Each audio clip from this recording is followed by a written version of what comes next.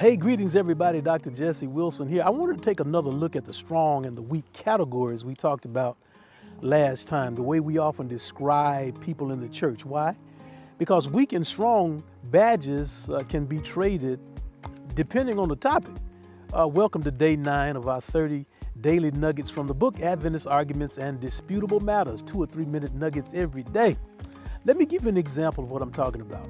In Romans 14, the Jews were the weak ones, according to Paul, because they wanted everybody to follow their lead on diets and special days. Paul said, no. You're weak there, and the Gentiles are strong because they're standing fast in their Christian liberty. But in 1 Corinthians 8, the tables turn. Now the issue is meat being sacrificed to idols, and that was touchy for the Gentiles in their background. They said nobody should eat meat sacrificed to idols, and Paul said, no, you got freedom. The Jews are right here. They're strong. That's why the Bible counsels us to be slow to judge and for every man to be clear or persuaded in his or her own mind.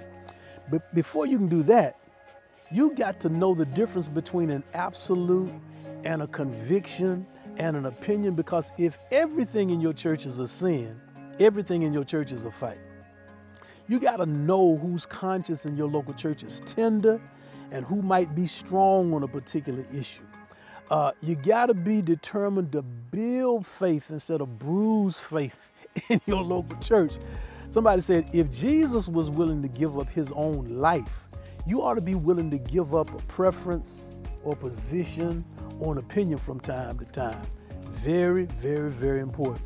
In fact, why don't you take a moment and name one issue where in your local church you might be the strong voice, or another issue in your local church where you might be the weak person because of your background, according to the categories and the descriptions that I just listed. As a matter of fact, in chapter 4 of the book, I unpack these categories.